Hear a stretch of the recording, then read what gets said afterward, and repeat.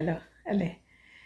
അപ്പോൾ എല്ലാവരും എന്താ പറയുക, നല്ല കർമ്മങ്ങൾ ചെയ്തിട്ട് നല്ല രീതിയിൽ ജീവിക്കാൻ ശ്രമിക്കുക. നമ്മളുടെ ചിന്തകളെയും വികാരങ്ങളെയൊക്കെ നമുക്ക് നിയന്ത്രിക്കാൻ നമ്മൾ പഠിച്ചിരിക്കണം അല്ലേ? അതല്ലാന്നുണ്ടെങ്കിൽ ഒരുപാട് പടുകുഴികളിൽ പോയിട്ട് നമ്മൾ ചാടും. അപ്പോൾ അത് മറ്റുള്ളവർ മുതലെടുക്കും അല്ലേ?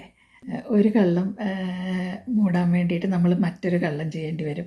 ആ കള്ളം മൂടാൻ അതിന് മേലെ വേറെ കള്ളം ചെയ്യേണ്ടി വരും. അങ്ങനെ കള്ളത്തരങ്ങളുടെ ഒരു കൂടാരമായിട്ട് മാറും നമ്മുടെ ജീവിതം അല്ലേ?